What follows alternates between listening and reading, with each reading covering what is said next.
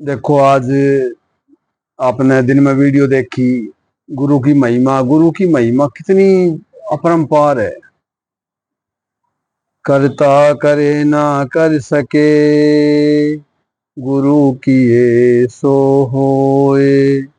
सात द्वीप नौ खंड में, गुरु से बड़ा ना कोई। यह तन विष की बेलरी, गुरु अमृत की खान। शीश दिए तय गुरु मिले, तो भी सस्ता माने। अब बात यह है कि नाम दान लेना, दीक्षा लेना, गुरु बना लेना बहुत सहज है। लाखों लोगों ने बना रखे हैं, लेकिन कोई बिरला होता है जो गुरु की मानता है। और जिस दिन गुरु की मैंने माननी शुरू कर दी, कल्याण उसी दिन हो जाएगा, उसी दिन। अभी आज मैंने आपको दोपहर वीडियो भेजी थी। एक जयपुर के पास मीना जी की कहानी थी, उसमें नाम था उनका घाटम। तो वो आपने सुनी थी कि चोरी करना, पूरा परिवार का, गांव का पैसा चोरी करना था। जब संत को मिले तो संत ने पूछा क्या करते हो जी? चोरी करता हूँ। अब संत मिले तो संत ने तो उद्धार करना था, वहीं चार वचन दिला दिए। बोला वचन कर। बोला जी चोरी तो नहीं छोड़ सकता। चोरी नहीं छोड़ सकता तो ये काम कर कि जो भी कमाएगा भगवान का भोग लगाएगा, झूठ नहीं बोलेगा। और मतलब के गुरु शब्दों की अवहेलना नहीं करेगा। उसने मान लिया तो आपने खुद वीडियो देखी है कि अंत काल में उसको भगवान की प्राप्ति होगी। अब इसी के ऊपर मैं आपको बता रहा हूं कि गंडकी गंडकी एक स्त्री थी, वैश्या। वैश्या, देखो अब क्या होया। गंडकी जो है ये कर्म करती थी, और एक बार उसके गांव में एक संत आ गए। संतों का प्रवचन होया, सत्संग होया, तो गंडकी पहुंच गई। वहां गंडकी पहुंच गई तो बाद में गंडकी जो है ना संत जी से मिली, और मिलने के बाद पूछ रही है जी मेरा भी को कल्याण का रास्ता बताओ। संत महाराज ने पूछा तो आप करती क्या हो जी? मैं तो वैश्यावृत्ति करती हूँ। तो बोला ये कर्म तो छोड़ना होगा। बोले जी गुरु जी ये नहीं छोड़ सकती, और कुछ भी करा लो आप, क्योंकि बहुत लंबा टाइम हो गया, ये तो मेरा एक मतलब संस्कार बन चुका। गुरु जी कहने लगे ठीक है तू ये नहीं छोड़ सकती है तो एक काम कर, सूर्यास्त के बाद जो भी तेरे घर में पहला आदमी आए तो उसको पति बना के, पति के रूप में उसके साथ व्यवहार कर। मतलब गुरु जी ठीक है, वह स्वीकार है। अब गुरु ने वचन दिए और उसने ले लिया, और मानने का जो है संकल्प ले लिया। अब क्या होता कि उसके घर में संध्या उपरांत जो भी पहला आदमी आता उसको वो पति के रूप में उसकी सेवा करती। धीरे धीरे कर्म चलता रहा। भगवान देख रहे हैं कि गुरु के वचनों पर बिल्कुल अडिग है, गुरु के वचन नहीं काट रही है। तो एक बार भगवान ने जो है ना एक मन बनाया कि लीला करके इसकी परीक्षा लूं। भगवान खुद पुरुष का वेश बना के ग्राहक बन के इसके घर में पहुंच जाते हैं संध्या काल में। अब जैसे पहुंचे, वो तो लीला थी भगवान की।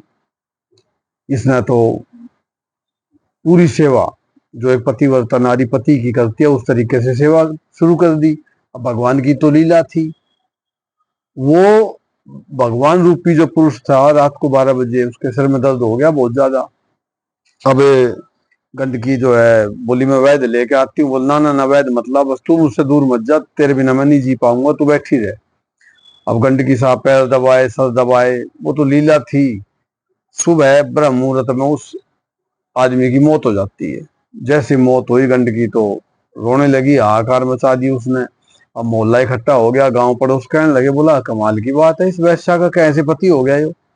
अरे कोई ग्राहक आया था ठीक है, मर गया, लेकिन साहब अब गांव वालों ने जो है ना उसकी अंतिम क्रिया की तैयारी शुरू करी। अंतिम क्रिया की तैयारी शुरू करी जब उसकी अर्थी को लेकर जाने लगे लोग, तो गंडकी तो 16 श्रृंगार करके और बढ़िया अपने तैयार हो गए, चल दी पीछे पीछे। कहाँ जा रही है कि अपने पति के साथ सती होंगी।